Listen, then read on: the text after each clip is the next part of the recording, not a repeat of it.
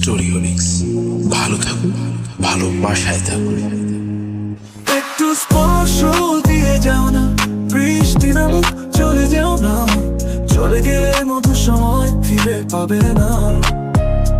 একটু স্পর্শ দিয়ে যাও না, অভিমান জমুক চলে যাও না, ভালোবেসে ভালোবাসায় থেকে যাও না।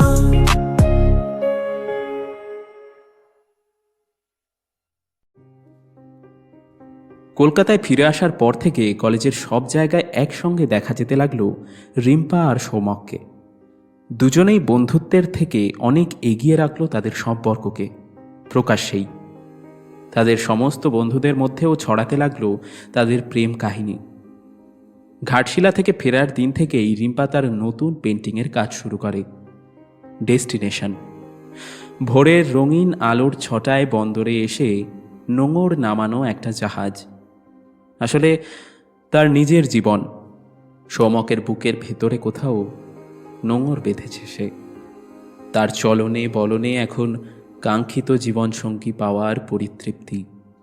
তার জীবনে আর কোথাও যাওয়ার নেই, নিশ্চিত হয়েছে সব। কিন্তু রিম্পার জানা ছিল না ভোরের উজ্জ্বল আকাশ বেলা বাড়লে ছেয়ে যেতে পারে নিকষ কালো মেঘে, নামতে পারে অন্ধকার, উঠতে পারে বিধ্বংসী ঝড়। বিধাতা সবার জীবনের আকাশেই মনে হয় পরিবর্তন করেন পর্যায়ক্রমে এরকমভাবে। রিম্পার ক্ষেত্রে সেই পরিবর্তনটা এলো খুব দ্রুত, এইটুকুই যা তফাৎ। তবে বিধাতার সময় জ্ঞানের ওপর তো আর সন্দেহ করা যায় না।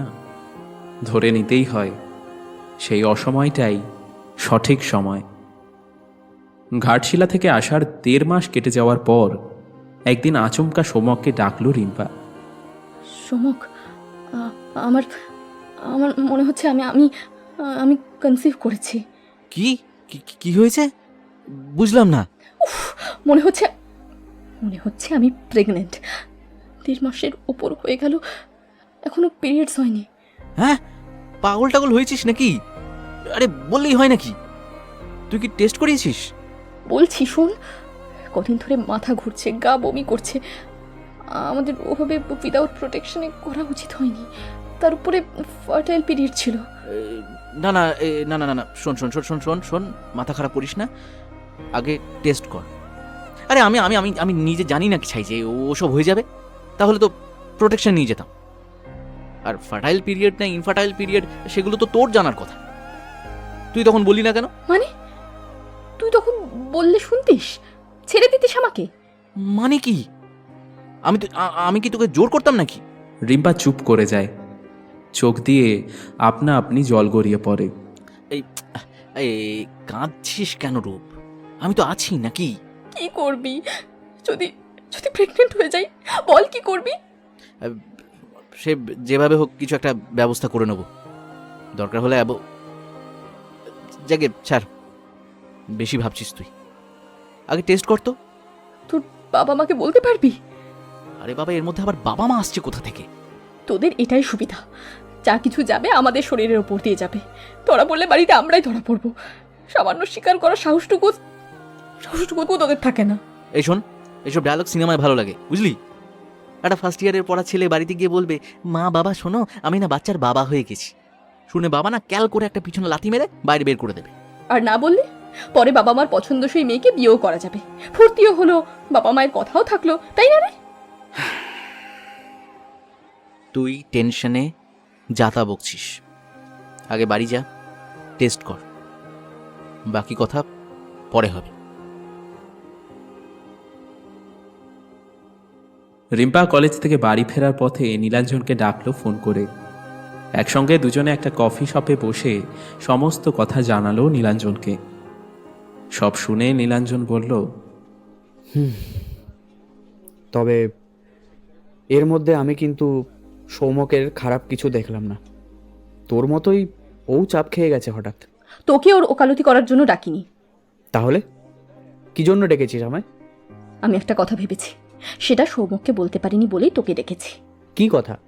আমি টেস্ট করার আগে সিদ্ধান্ত নিয়েছি, যদি কনসিভ না করি তো কোনো ব্যাপার না, কিন্তু যদি করি তাহলে এই বাচ্চাটা আমি রাখবো।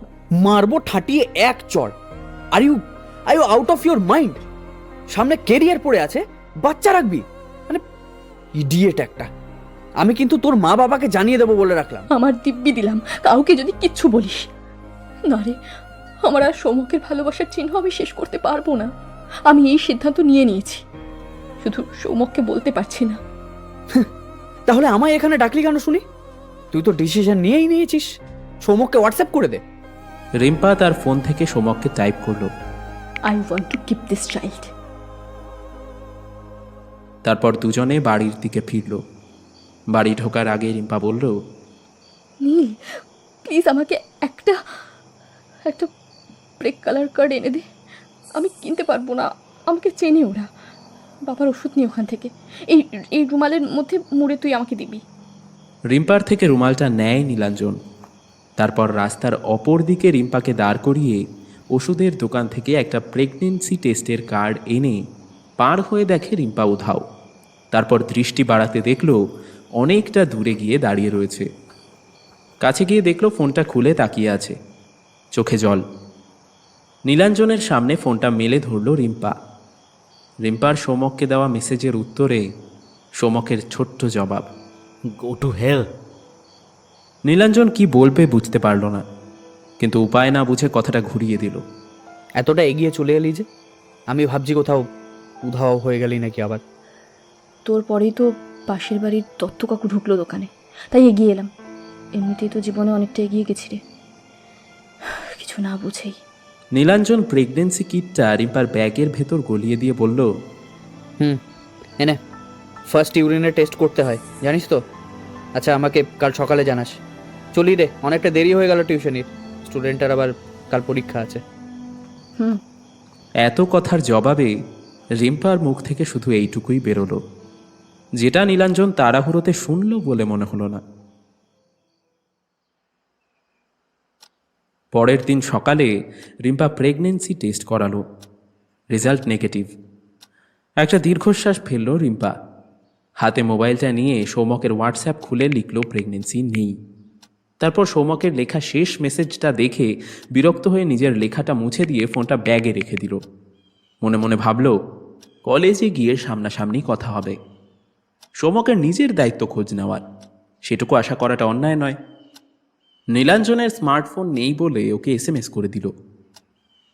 সকালে ব্রেকফাস্ট সেরে কলেজের জন্য রেডি হওয়ার আগে রিম্পার বাবার ডাক পড়ে। রিম্পা, এবং সেই ডাকের মধ্যে কোথাও স্নেহের ভাব ছিল না। রিম্পা খারাপ কিছুই আশা করলো, কিন্তু কি হতে পারে সেটা ঠিক বুঝে উঠতে পারল না। হ্যাঁ বলো বাবা, কিছু বলছিলে? তুমি কি আমাদের বিশ্বাস ভেঙেছো এর মধ্যে? কেন এমন বলছো? না তো। তাহলে হঠাৎ করে প্রেগন্যান্সি আসার সম্ভাবনা কি করে তৈরি হলো? কই না তো, কে বললো এসব? রিম্পার আকুল চেষ্টা সত্যি চাপা দেওয়ার কাজে লাগলো না। রিম্পার বাবা এগিয়ে এসে এলো পাথারি চড় মারতে লাগলো রিম্পাকে। মিথ্যে কথা বলছিস, মিথ্যে কথা বলতে শিখেছো? হ্যাঁ, মিথ্যে কথা বলতে শিখেছো। রাগে কাঁপছে রিম্পার বাবা। রিম্পার মাও ছুটে এসেছে রান্নাঘর থেকে। রিম্পার বাবা চেঁচিয়ে চলেছে তখন, তুই আমার মুখ উজ্জ্বল করবি? হ্যাঁ, ছেলের অভাব পূরণ করবি? তুই আমার মুখ উজ্জ্বল করবি? হ্যাঁ, ছেলের অভাব পূরণ করবি? ভালো করে একটা মেয়ে হতে পারলি না তো ছেলের কি অভাব পূরণ করবি তুই? হ্যাঁ। রিম্পা মাটিতে বসে পড়েছে কিংকর্তব্য বিমূঢ় হয়ে। মনে হচ্ছে এতদিন সে যেন হাওয়ায় উড়ছিল, বাস্তব তাকে তুলে ধরে আছাড় মারল আজ মাটিতে। রিম্পার মা রিম্পাকে জিজ্ঞেস করতে লাগলো, কি রে, কি বলছে বাবা? উত্তর দে, চুপ করে আছিস কেন? কি হলো? কি বলবে রিম্পা? তার মনে হচ্ছে বাবা মায়ের সামনে সেসব কথা বলার থেকে মরে যাওয়া ভালো। নিজের ঘরে ঢুকে খাটে শুয়ে পড়ে সে। কারোর সঙ্গে কথা বলে না, কোনো খাবার খায় না। বিকেলের পর মা এসে বলে, খেয়ে নে মা, তোর বাবাও রাগ করে না খেয়ে আছে। তুই না খেলে ওই বজ্রাকি মানুষটাকে খাওয়াই কি করে বলতো? হ্যাঁ, আজ সকাল থেকে না কোনো খাবার খেয়েছে না কোনো ওষুধ। তা হ্যাঁ রে, ছেলেটা কে? তোর বাবাকেই বললো বা কে? হ্যাঁ, বাচ্চা আসেনি তো? না মা, কিছু নেই, কোনো বাচ্চা নেই বলছি তো। বাবাকে জানি না কে সব বলেছে। ঠিক আছে, তোর বাবার দিকে তাকিয়ে এ কটা ভাত খেয়ে নে মা। মা চলে গেলে রিম্পার মাথায় একজনের নামই অপরাধী হিসেবে ঘুরতে থাকে, নীলাঞ্জন। কেন করলো এরকম নীল? নির্ঘাত ফোন করে বলেছে। ওর মনের সন্দেহটাই সত্যি, ওর আর সৌম্যকের সম্পর্কটা মানতে পারেনি নীল, তাই প্রতিশোধ নিল সে। বিকেল থেকে রাত গড়ালেও বাড়ির পরিবেশ একই রকম থমথমে রয়ে গেল। রিম্পা বাড়ির বাইরে বেরোলো না সারাদিন, ফোনটাও বন্ধ রাখলো। কিন্তু পরের দিন ভোরবেলা হয়ে যায় রিম্পার জীবনের সবচেয়ে অভিশপ্ত ভোর। ভোরবেলায় মা রিম্পাকে ডেকে বলে, রিম্পা, এই রিম্পা, রিম্পা, আয় না বা শিগগিরি। দেখ তোর বাবার শরীরটা কেমন ঠান্ডা হয়ে গেছে রে। হ্যাঁ দেখ না, আমার ভালো লাগছে না, তুই একবার দেখ, দেখ না রে। বলতে বলতেই কান্না চলে আসে রিম্পার মায়ের গলায়। রিম্পা দৌড়ে গিয়ে বাবার গায়ে মাথায় হাত দিয়ে দেখে শীতলতা নেমে এসেছে তার বাবার সমস্ত শরীরে। মনের আশঙ্কাকেই সত্যি করে সে বুঝতে পারে আর রাগে উষ্ণ হবে না তার বাবা কোনোদিন। শীতলতা নেমে এসেছে তাদের সংসারে, মায়ের মাথার সিঁথিতে, আর তাদের মা মেয়ের জীবনে। সব শেষ। পা ধরে ক্ষমা প্রার্থনাটুকুও করা থেকে বঞ্চিত করল তার বাবা। খবর ছড়াতেই আস্তে আস্তে সমস্ত আত্মীয় স্বজন এসে জড়ো হলো তার বাবার শেষ কৃত্যের জন্য। রিম্পার বন্ধুরাও এলো। নীলাঞ্জন খবর পেয়ে বাড়িতে আসতেই ওকে দেখে শোকে রাগে হিতাহিত জ্ঞানশূন্য হয়ে রিম্পা সুকন্যাকে বলল, ওকে আমার চোখের সামনে থেকে চলে যেতে বল। আমার বাবার মৃত্যুর জন্য ওই দায়ী, নাহলে কিন্তু আমি ঘাড় ধাক্কা দিয়ে ওকে বের করে দেব। কথাগুলোর যে প্রাবল্য ছিল নীলাঞ্জনের শোনার জন্য তা যথেষ্ট। সুকন্যা শুধু একটা শূন্য দৃষ্টি দিল নীলাঞ্জনের দিকে। নীলাঞ্জন তার জবাবে কিছু না বলেই বেরিয়ে গেল ওদের বাড়ি থেকে।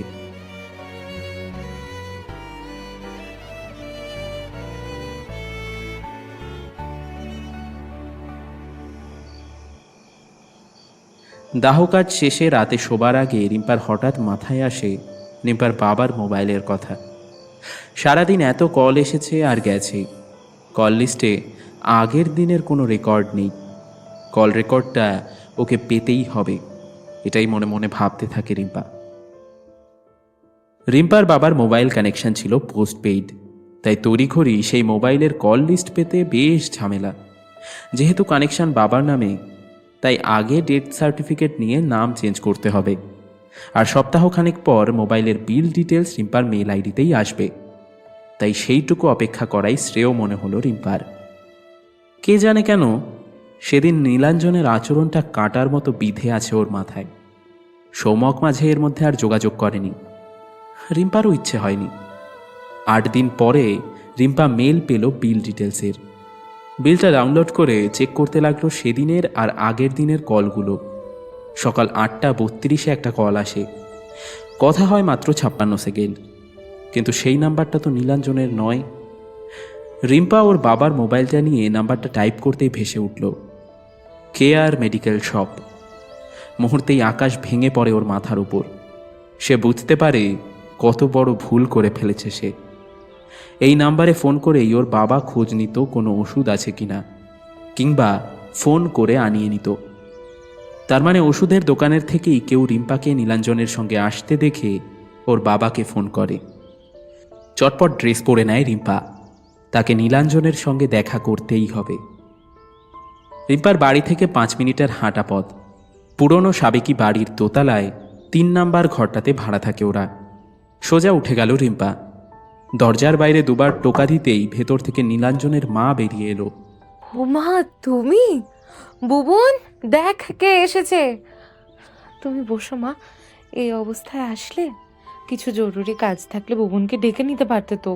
আমি তো বারে বারে বলেছি বুবুনকে একবারটি গিয়ে দেখ না কি লাগবে। ওরা তো দুজনেই একা থাকে, ও তো খালি ওই মুখ বুজে বসে থাকে বইতে। রিম্পা মনে মনে ভাবলো তার মানে কাকিমাকে নীল কিছুই বলেনি। না বলাটাই স্বাভাবিক।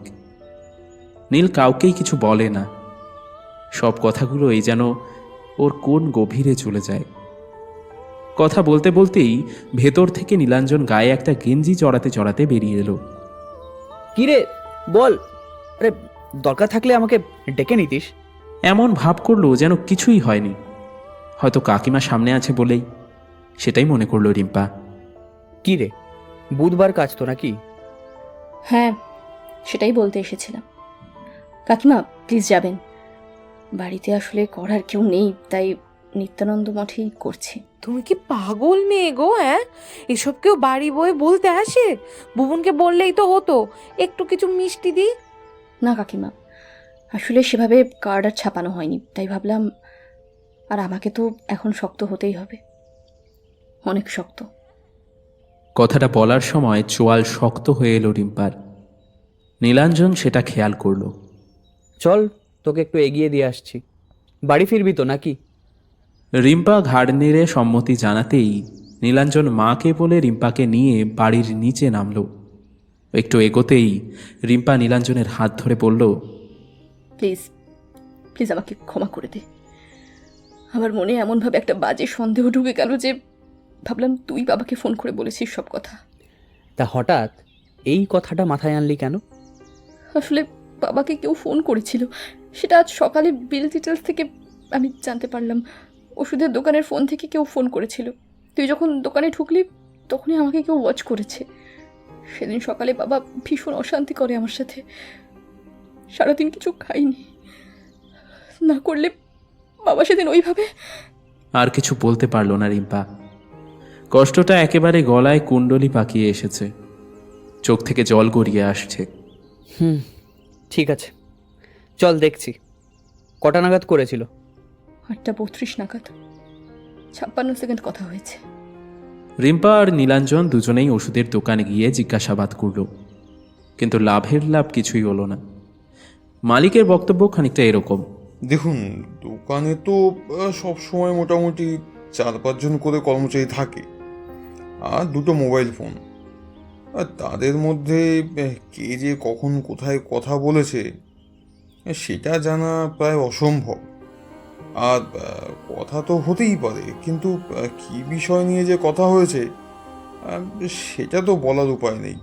রিম্পা আর নীলাঞ্জন বেরিয়ে এলো দোকান থেকে। একটা কর্মচারী আছে, আজকে ছেলেটাকে দেখলাম না। আমাদের বাড়িতে ওষুধ দিতে এলেও ড্যাপ ড্যাপ করে তাকায়। ওটা হবে, আর না হলে মালিকটাই। ছেড়ে দে, এইভাবে কিচ্ছু প্রমাণ করতে পারবি না। তোর ফার্স্ট ইয়ারে পরীক্ষা আছে না সামনে, সেটাতে মন দে এখন। জানি। নীল, আমাকে একটা হেল্প করতে পারবি? বল। আমি সেকেন্ড ইয়ারে তোদের কলেজে চলে যেতে চাই, হেল্প করবি? দেখ, তুই বললে করব, তবে একটা কথা শুনেছিস কি? Quitters never win, winners never quit. কষ্ট হবে ভীষণ। জানি, সব সাফল্যের পথই কষ্টের।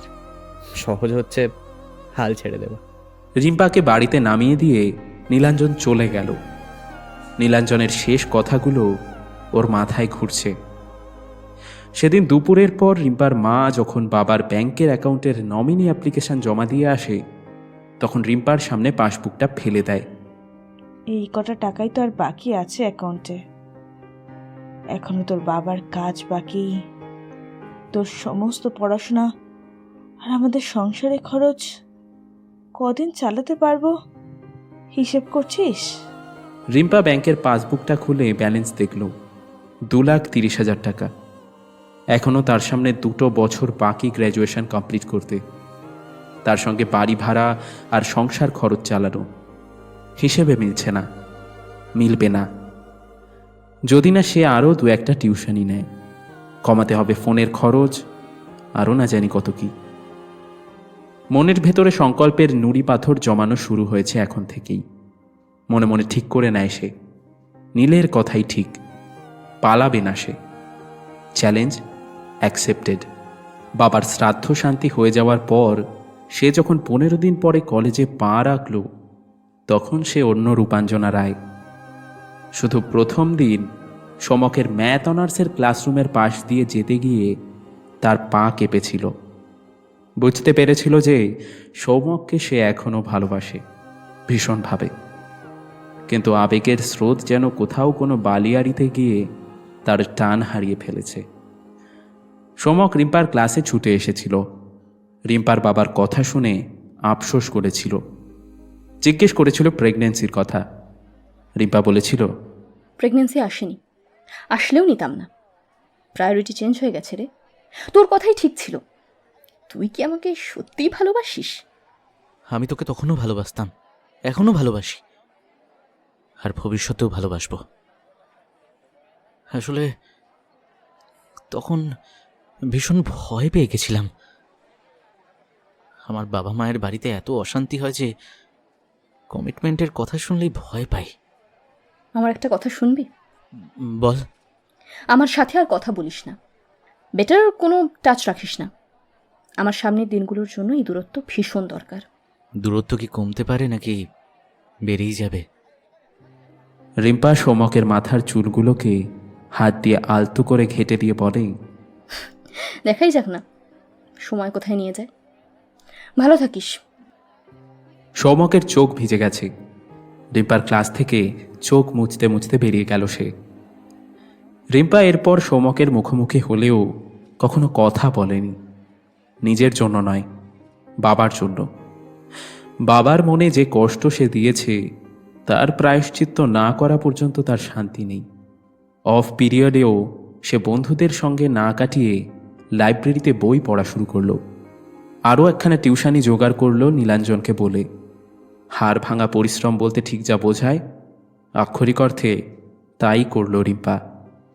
গ্র্যাজুয়েশনের ফলাফল বেরোলো। অনার্সে রিম্পার রেজাল্ট 70% কাছাকাছি। এরপরে সামনের দৌড় WBCS। নীলাঞ্জনের অনেক পরে দৌড়তে শুরু করেছিল রিম্পা। পায়ে চোট লাগার পর দৌড়তে শিখেছে সে। কঠোর অনুশীলনে সে একসময় নীলাঞ্জনের সমানে সমানে দৌড়তে শুরু করলো।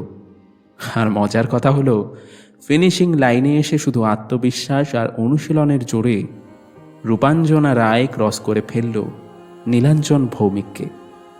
রিম্পার র্যাঙ্ক 174, নীলাঞ্জনের 238। তবে সেই রেজাল্টে মনে হয় রিম্পার থেকেও বেশি খুশি হয়েছিল নীলাঞ্জন, কারণ রিম্পার সমস্ত কিছু সম্ভব হয়েছে নীলাঞ্জন পাশে ছিল বলেই। দিনের পর দিন নীলাঞ্জন নিজের নোটস দিয়ে গেছে রিম্পাকে, সব রকম বইয়ের যোগান দিয়ে গেছে, আর রিম্পা পেল তার নতুন জীবন। এতদিনে মনে হয় তার জীবনের সাপ মুক্তি ঘটল। নীলাঞ্জন পোস্টিং পেল বর্ধমানে, অ্যাসিস্ট্যান্ট ফুড প্রসেসিং অফিসার। রিম্পার posting Malda block development officer. Rimpa ওর মাকে নিয়ে উঠল সরকারি বাংলোতে।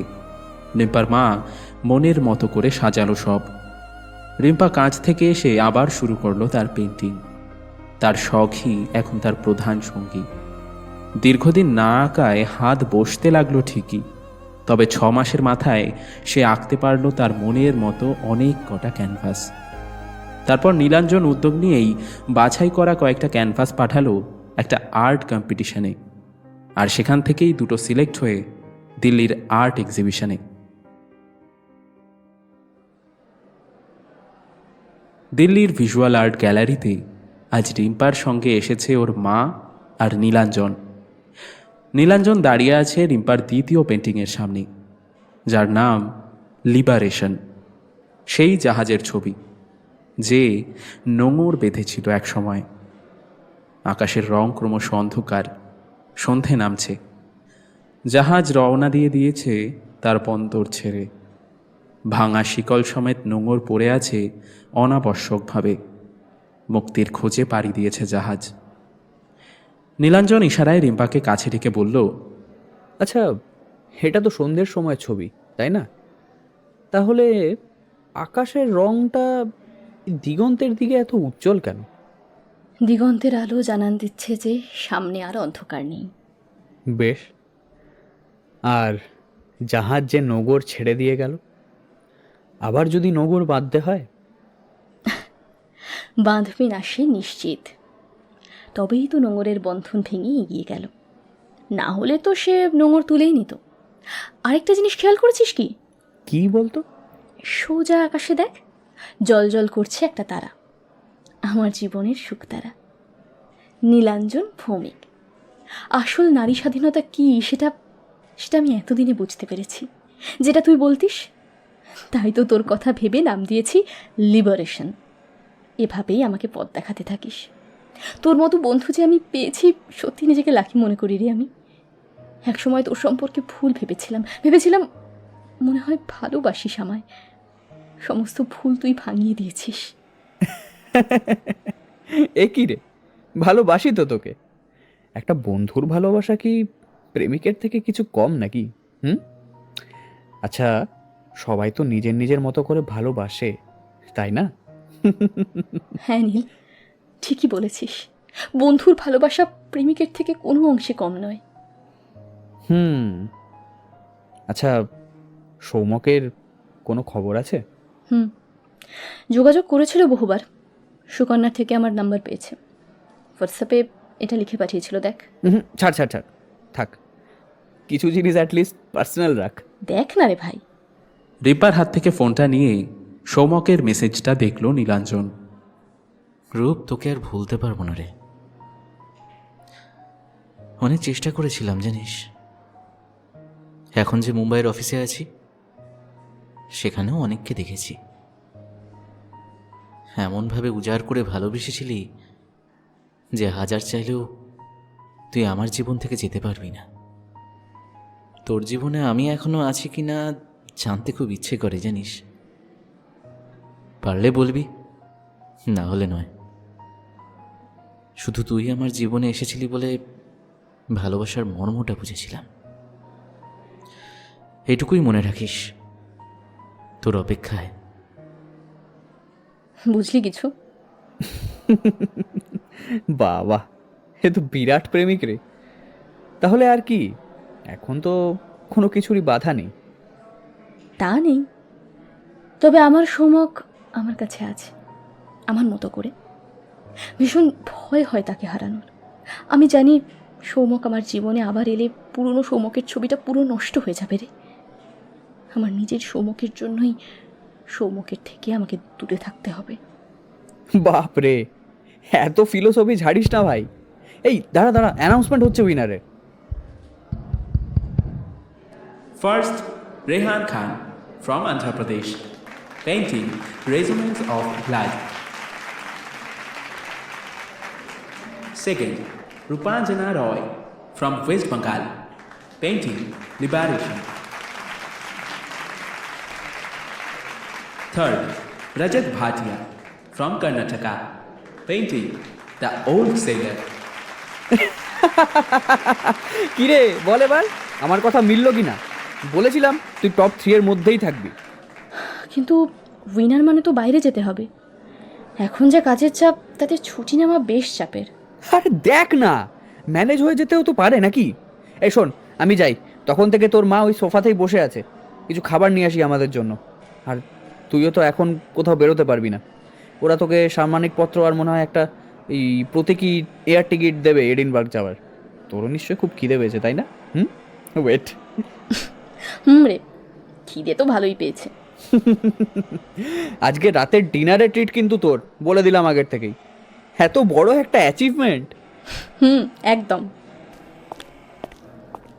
নীলাঞ্জন চলে যাওয়ার পরেও রিম্পা দাঁড়িয়ে থাকে তার প্রাইজ পাওয়া ছবির সামনে, চোখ বুজে থাকে খানিকক্ষণ। আস্তে আস্তে অনুভব করে সৌমককে। সেই ঝিম ধরা গন্ধ আবার এসে লাগে রিম্পার নাকে, যেন একটা টাটকা ছাতিম ফুলের গন্ধ। চোখ বুজে অনুভব করে কপালে সৌমকের ঠোঁটের নরম ছোঁয়া। চোখ খুলে ফেলে, নিজের মনেই হাসে রিম্পা। তার সৌমক তার কাছেই আছে, এতটুকু দূরে যায়নি। জানালার কাছে জমে হাওয়ায় ভেসে আসে যত পিছুটান, ফিরে এলেও তুমি সব আগের মতো হবে না। প্রেমটা যো বেঁচে তবু হাতটা ধরা যাবে না। নীলাঞ্জন আর্ট গ্যালারির বাইরে এসে হাঁটতে হাঁটতে মনে করে রিম্পাকে বলা নিজের শেষ কথাগুলো। সত্যিই তাই, বন্ধুর ভালোবাসাও তো প্রেমিকের থেকে কোনো অংশে কম নয়। দাঁড়িয়ে পড়ে, ডান পকেটের ভেতর থেকে বার করে একটা রুমাল। 4 বছর আগে রিম্পার বাবা মারা যাওয়ার আগের দিন নেওয়া, এটা আর ফেরত দেওয়া হয়নি। তারপর বহু সময় চলে গেছে। একবার রুমালটা নিয়ে নিজের মুখের কাছে নিল নীলাঞ্জন। সেই মিষ্টি গন্ধটা অবিকল থেকে গেছে। তার রূপাঞ্জনা তার কাছেই আছে। ফিরে এলেও তুমি ভালোবাসা বদলাবে না, প্রেমটা যো বেঁচে তবু হাতটা ধরা যাবে না। এলেও তুমি সব আগের মতো হবে না, প্রেমটা যো বেঁচে তবু হাতটা ধরা যাবে না। তবু তোমার নামটাই লিখে যাব হৃদয়ে একবার।